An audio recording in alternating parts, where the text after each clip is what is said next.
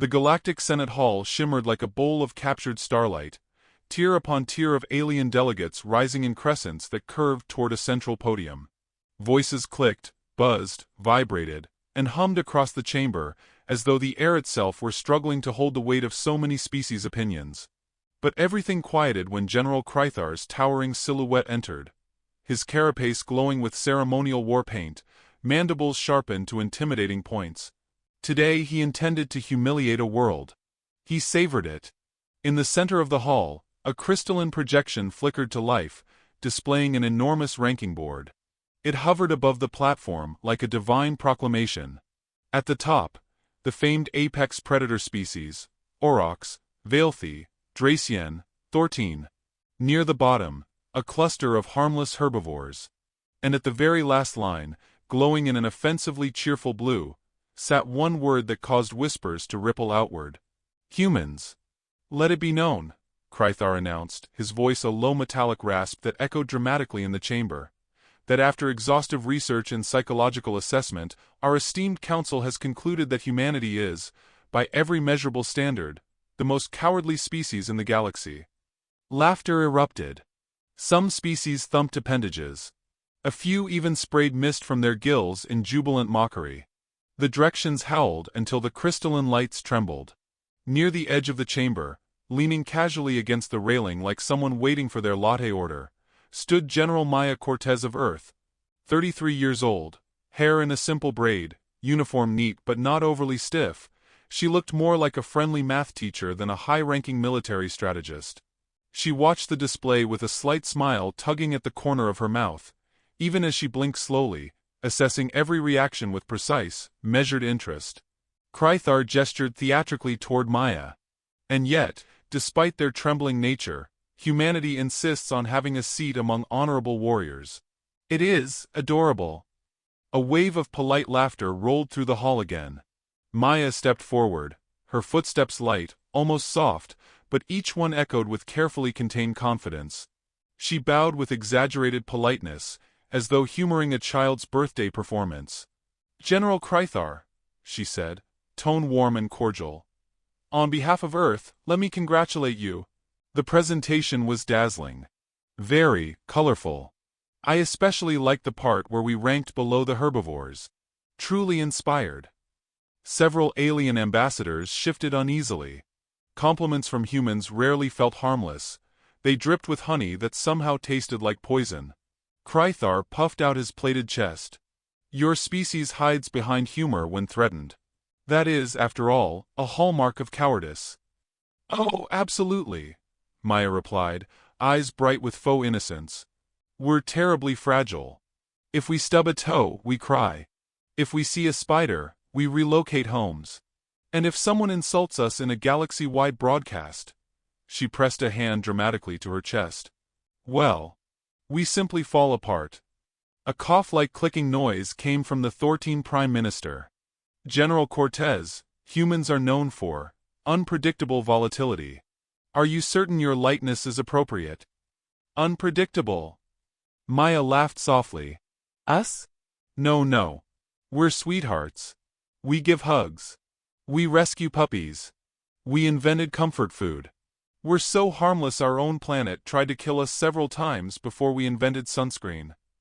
A ripple of confusion kicked through the chamber. Krythar smirked. You see? Even their self-description is pathetic. But Maya's smile did not waver. General, Earth survives hurricanes, volcanoes, tsunamis, floods, fires, collapsing ecosystems, and economic recessions by brunching our way through them. Calling us cowards for adapting to chaos is, well, scientifically charming. A nervous buzz spread among scholars in the upper balconies. Adaptation, after all, was a more frightening evolutionary trait than aggression. Krythar clicked his mandibles. Regardless, the ranking is official. Humanity is the least brave species in the galaxy. You should be proud. You have achieved nothing. Thank you, Maya said sweetly. We do love participation awards. The chamber fell into awkward silence. Her humor, her stillness, the way her eyes drifted across every delegate without fear. Something in the room shifted. A few ambassadors sensed danger the way prey senses a rustle in tall grass. Krythar broke the tension by tapping the projection, which shifted to replay footage. Humans ducking during explosions. Humans flinching during meteor showers. Humans running during a fire drill. You see? Constant fear. Total frailty. Maya tilted her head. That was a kindergarten evacuation. The footage paused. A human child in a dinosaur backpack tripped and stood up crying. Yes, Maya added. Definitely warrior material on display. A few aliens winced. Krythar reveled in the moment. Your species lacks courage. Lacks discipline. Lacks empathy. Maya interjected softly. Because last I checked, we are the only species that established interplanetary relief programs for civilizations we barely met. We're the ones who repaired Veilthi water systems, built Dracian refugee shields, donated plasma to Thortine hatchlings. She paused. Cowards often make the best caretakers. We know what fear feels like. This time, silence carried weight. The bird-like Farah TT ambassador tilted his head. General Cortez, humanity's kindness has always been unsettling. Thank you, she said. We try. Krythar waved dismissively. Do not believe her. Compassion is not bravery. They merely mask their fear with soft words and... At that moment, a massive holographic display behind the Senate flickered. A sudden bloom of light erupted off Earth's moon, an unusual energy spike not matching any known civilian activity. Whispered panic coursed through the assembly. What is that?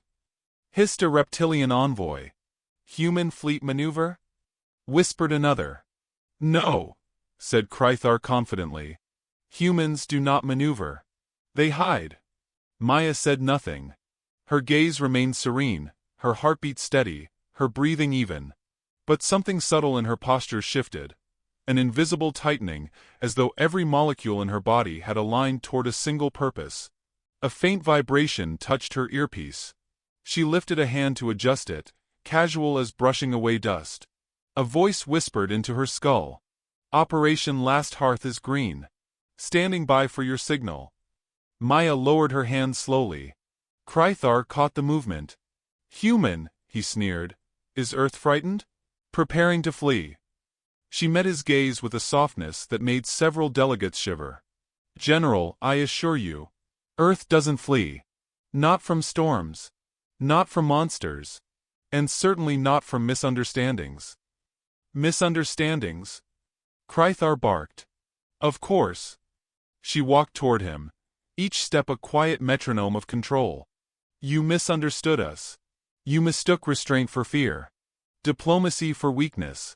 Humor for helplessness. She folded her hands behind her back. And you mistook our silence for submission. A sudden, thin line of dread sliced through the Senate. Even the lights dimmed, as though the hall sensed the emotional temperature plummeting. Krythar straightened. Are you threatening the Empire? Threat? Maya repeated gently. No. Humans rarely threaten. We warn. Then we prepare. Then we act. The room felt vacuum-sealed. General Cortez, asked the Veilthi Chancellor carefully. What is Earth preparing for? Maya looked up at the shimmering hologram of Earth's moon, a sphere glowing brighter by the second, and her smile, warm and polite and devastating, curved with a softness that did not comfort anyone. For peace, she said. The kind that requires clarity. Clarity? Krythar scoffed. Yes, Maya whispered. And clarity always comes after the first mistake. Krythar opened his mandibles to reply when the moon's glow abruptly intensified, so bright it washed the entire Senate hall in pale light. Delegates shielded their eyes. Alarms chirped. Holograms blinked wildly. Krythar stumbled back. What did your people do? Maya exhaled, a slow, measured breath, one filled not with fear but inevitability. We stopped pretending. And at that moment, the chamber's comms erupted with a single broadcast from the human flagship, transmitted to every corner of the galaxy. Earth acknowledges the declaration of cowardice. Earth responds, preparing for last war. The Senate froze. Krythar's mandibles trembled. The hall felt suddenly too small. Maya lifted her eyes, the final trace of humor extinguished. "General," she murmured, "you wanted to see what courage looks like when patience ends." The moon pulsed again. "Now you will." Galaxy-wide confusion began as a whisper, then spread like a shockwave through every star system touched by the news. The humans had stopped smiling. To most species, smiles were harmless displays of friendliness. But to those who'd studied humanity more carefully, a human smile disappearing was a sign of tectonic emotional movement, like a volcano going silent right before it erupts. The Senate's broadcast replayed on endless loops, showing Maya Cortez turning toward the glowing moon and uttering the words that sent diplomats into cardiac spirals. "We stopped pretending." In the hours that followed, observations poured in from patrol ships positioned near the Sol system. Human fleets, previously stationed in predictable defense patterns, vanished. Entire armadas blinked out of scans with no warp signatures, no ion trails, nothing but a faint electromagnetic shiver, like the universe flinched. The disappearance of human fleets was not interpreted as withdrawal, not by anyone who had lived long enough to know better. The Veilthi Chancellor immediately cancelled all public events. The Thortine military issued a "stay near shelter walls" advisory. And the Faratiti ambassador sent a single encrypted message to all allied worlds. "When humans grow quiet, stay very, very loud. It keeps them from listening too closely." In the chaos, analysts gathered in a Senate strategy chamber shaped like a descending spiral, designed to promote collaborative thinking, which at the moment meant overlapping screams. Holographic projections of empty star maps circled the room. "How can an entire fleet disappear?" demanded a Dracian commander, claws tapping frantically on the console. "They cloaked," said someone. "Impossible," said another. "Their technology is primitive compared to ours." A squid-like diplomat swiveled its tentacles nervously. "Primitive species do not build glowing artifacts on their moon." Across the room, General Krythar watched the debate with clenched mandibles. His earlier confidence had fractured, replaced with simmering irritation. "Humans are cowards," he growled. "If they hid their fleets, it is because they fear retaliation." "No," murmured an elder Veilthi tactician, who had lived through 9 galactic wars. "If humans feared, we would hear jokes. They are deadly when calm." Krythar ignored him, and pulled up the last known human fleet positions. "Their armada cannot simply disappear." "They didn't disappear," the elder said. "They repositioned." Krythar slammed a claw onto the console. "Enough human mythology. The galaxy bows to our strength, not theirs." "And yet," the elder replied, "it is their moon that glows, not yours." The room fell silent. Meanwhile, Maya Cortez walked through the human embassy on the Senate world with unhurried steps, passing soldiers who stiffened instinctively as she approached. Her expression remained serene, but a new gravity clung to her presence, like a star pulling space around it into submission. She entered the command suite where Earth's delegation monitored galactic chatter, and her officers straightened at her arrival. "General," whispered Lieutenant Ramsey, eyes wide at the holographic map. "They think we ran." "They always do," Maya said softly. "It's comforting for them. But the fleets are exactly where they should be." As she moved through the room, a warm hum filled the air, Earth's secure quantum relay activating for the first time since its classified installation years ago. The system displayed the phrase, "Operation Last Hearth, Phase 2 in effect." Ramsey swallowed. "The Senate is panicking. Reports say 3 systems have moved fleets to defensive perimeters." Maya nodded. "Good. Panic will make them predictable." Outside the embassy, reporters from a dozen species crowded around the barriers, shouting questions in every frequency audible and otherwise. "Has Earth declared war? What is the purpose of the lunar construct? Why have your warships vanished from all strategic points?" Maya stepped before them briefly. Cameras hovered. Beams of light scanned her face. Her voice remained level. "Humanity is assessing recent developments," she said. "We encourage the galaxy to remain calm." A Dracian journalist shouted. Are you retaliating? She offered him a smile. Not warm, not cold, but terrifyingly polite. We're simply rearranging the board. Confusion erupted. Her smile never wavered. Inside the Senate, ambassadors compared ancient cultural notes on human behavior. A thick volume titled Humanity, a field guide to a contradictory species, was passed around, pages flapping as hands and tentacles skimmed. The chapter titled When Humans Stop Joking was highlighted aggressively. Listen to this, the Faratiti ambassador chirped. It says humans use humor to defuse danger, but when they become silent, they enter something called problem-solving mode. Sounds harmless, someone said hopefully. The ambassador flicked to the next page.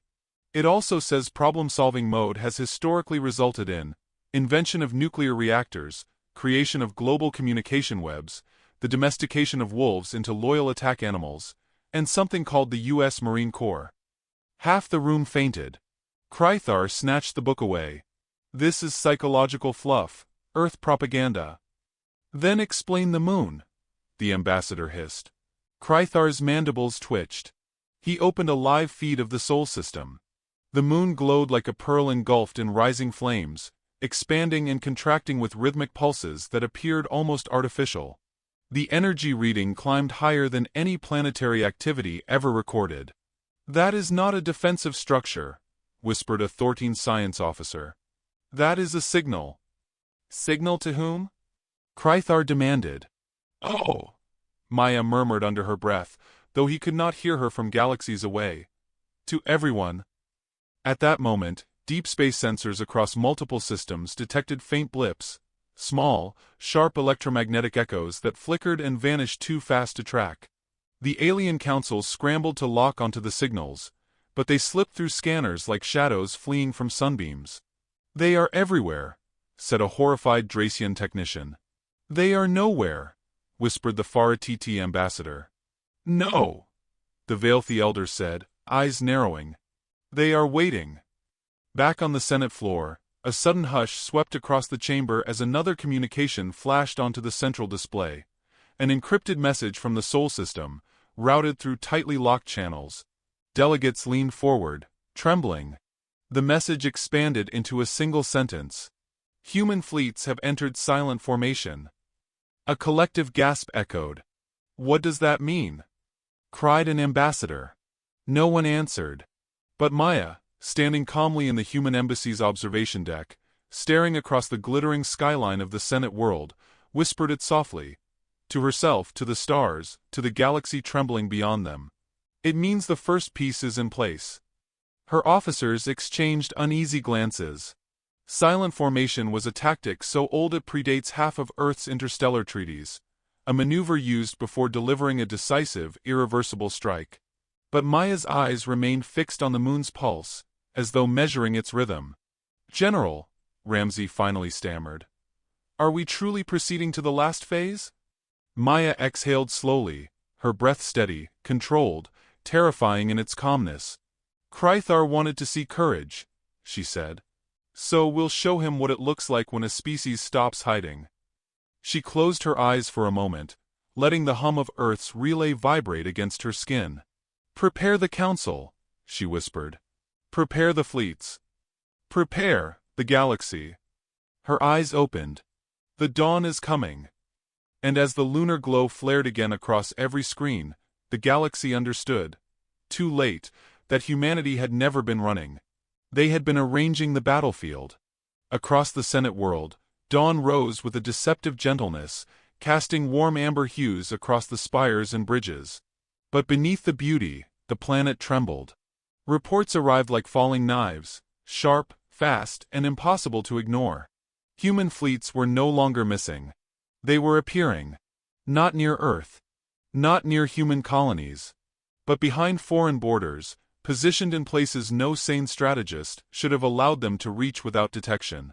It was as though the galaxy had awakened to find shadows rearrange themselves into wolves, while everyone slept.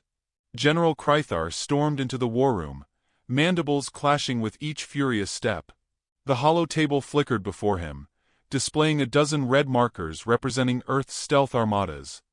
How, he snarled, did their primitive species infiltrate our sectors? The Thortine scientist shook visibly.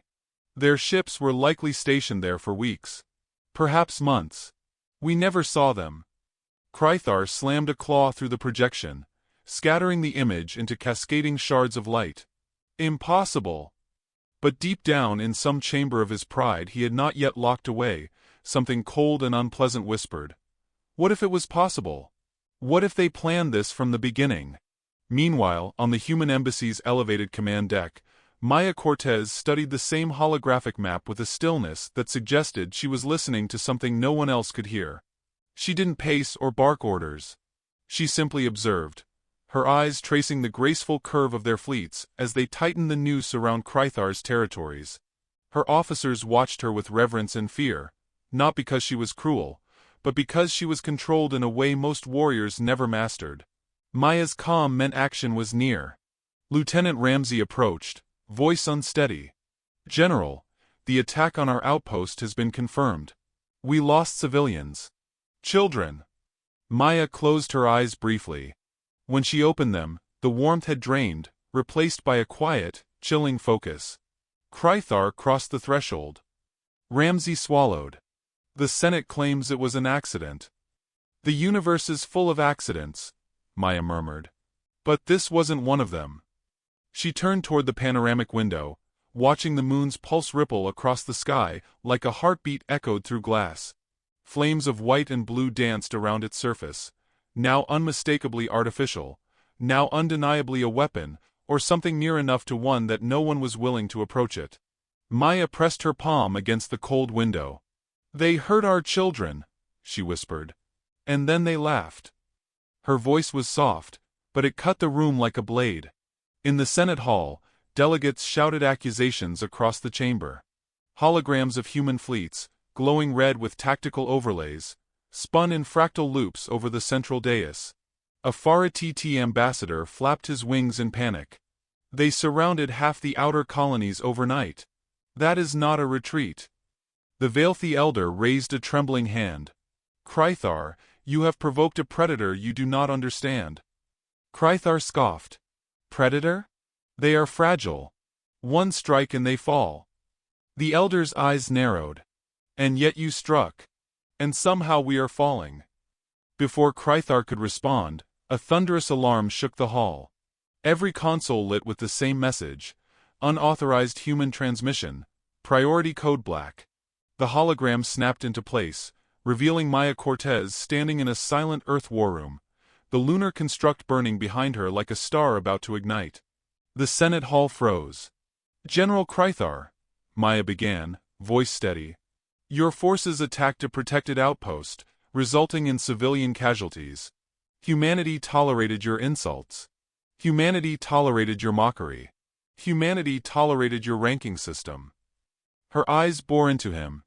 But humanity will not tolerate harm to our young. The Dracian delegates immediately backed away from Krythar, as though expecting lightning to strike him where he stood. Maya continued. Your empire claims we are cowards. That we flee from conflict. That we hide behind humor. A slow breath escaped her. Very well. Today, humanity clarifies its position. She lifted her hand. Across the galaxy, silent human fleets unfurled into full formation. Thousands of ships gliding out from behind moons, nebulae, and asteroid clusters, wings of steel expanding like a single synchronized creature. Their hulls glittered with cold, silvery light, reflecting the last piece the galaxy would see for a long time. The Senate erupted into chaos. What are they doing? Why haven't they fired? They're waiting. They always wait, the elder whispered. Maya lowered her hand with the grace of a conductor guiding the final note. General Krythar, humanity hereby issues a request. Krythar growled. A request? You dare. Apologize, Maya said. A suffocating silence consumed the hall. Apologize for the children who died, she continued calmly. Apologize for provoking what you cannot defeat. Apologize for demanding war from a species that survived its own extinction 5 times before it joined the stars. Krythar laughed, mandibles wide. Never. Maya nodded once. Then the next phase begins. She cut transmission. Krythar snarled. Prepare my fleet. They think they can intimidate me. A Dracian officer shouted. General, wait, look! The holomap flickered as a new signal pulsed from the human moon. The energy reading spiked into ranges unknown, destabilizing every nearby sensor. Krythar froze. Maya's war room responded immediately. Officers secured stations. Alarms chimed with eerie calmness. A soft hum filled the space as the moon's glow synchronized with the silent human formation. Lieutenant Ramsey whispered, Is it time? Not yet. Maya's gaze fixed on the data streaming across her screens. Fear is a language. They must feel it first. Across the galaxy, fleets braced for annihilation that did not come. Instead, humanity held position, an entire armada waiting without firing a single shot. Waiting without flinching. Waiting without speaking. It terrified the galaxy more than war. Back in the Senate, Krythar paced, confusion poisoning his arrogance. Why don't they attack? Why don't they strike? Their numbers favor them. The Veilthy elder exhaled, grief coloring his voice. Because humanity does not start the last war, General. His gaze drifted toward the glowing moon. They end it. Krythar whipped around. You dare claim I began this? You ranked them beneath herbivores. You mocked their nature. Then you killed their young. Krythar faltered for the first time. And in that fragile moment of hesitation, another transmission from the human flagship exploded across every Senate screen. This one not from Maya, but from Earth's High Command itself. Operation Last Hearth entering absolute phase. Await final authorization. Delegates screamed. Krythar stumbled back, mandibles trembling. What does that mean? But Maya, standing alone in the observation deck, whispered the answer as the moon's pulse reached its brightest flare yet, coloring her face in white fire. It means the galaxy has one breath left. She touched the control panel. Then I take mine. The universe seemed to pause, suspended between the last trembling breath of peace and the first inhale of war. Across the Senate world, the sky blazed silver as the human moon's pulse intensified, washing the horizon in waves of light so bright they dissolved shadows. Delegates fled through corridors, shouting into comms that no longer connected, trapped between panic and disbelief. It was not the threat of destruction that terrified them. It was the quiet. The endless, crushing quiet from the human fleets waiting above their worlds. In the human embassy, Maya Cortez stood like a statue sculpted from resolve. Her officers waited in rigid silence, eyes flickering between her face and the pulsing lunar construct. No longer just a weapon or beacon, but something more deliberate, more intimate. Maya's fingers rested on the command console, not trembling, not unsure. She watched the moon as though studying the final page of a long-written prophecy. A faint whisper hummed through the relay. Earth High Command requesting final confirmation.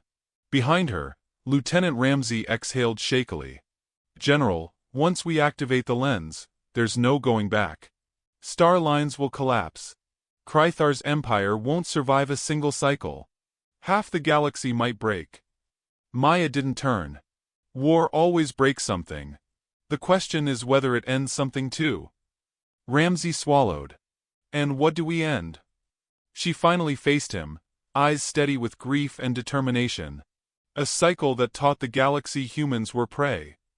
A tremor rolled across the floor as another moonpulse rippled through spacetime, bending light like a wound. Senators watching from bunkers fell to their knees as the energy signature climbed into ranges that instruments weren't designed to measure. Krythar, surrounded by collapsing confidence and trembling aides, stormed onto the Senate balcony, staring skyward as if daring the moon to answer him. Cowards! He roared. Show yourselves. Strike if you dare. But humanity did not move. Maya's voice echoed calmly across every open comm channel. General Krythar, your empire demanded proof. You demanded to see our courage. Yet it is you who shakes. Her image flickered across the Senate screens, calm, framed by the white inferno of the moon's glow. Krythar spat. You threaten the galaxy with extinction and call it courage? No, Maya replied. Courage is restraint. Courage is enduring humiliation for peace. Courage is absorbing insult after insult to avoid bloodshed.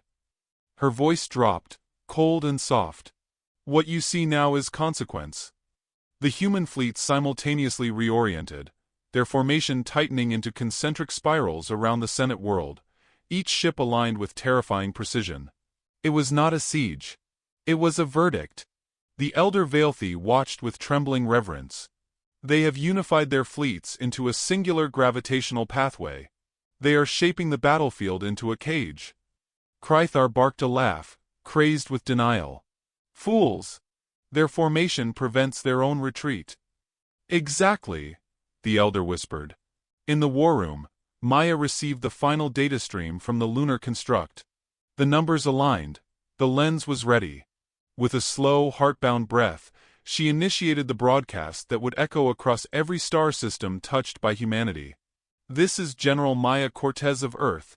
We do not wage war lightly. We do not strike first. But we do not leave our dead unavenged. Silence followed, a silence so complete it felt like the galaxy exhaled in surrender. Then Maya delivered the sentence that pierced every heart awake. Operation Last War begins. The lunar construct ignited, expanding into a vast halo of refracted gravity. An artificial aurora stretched across the void. Enemy fleets trapped inside the pathway convulsed as their propulsion systems buckled. The Senate world shook as space itself rippled under the curvature shift. Dozens of Imperial ships collided, dragged into engineered dead zones where no maneuver could save them. Krythar staggered back, mandibles trembling. What have you built? Maya answered him across the collapsing channels. A reminder. The gravity lens completed its full spiral, snapping into a perfect ring around the Senate world. And then, impossibly, humanity did something no one expected. They didn't fire.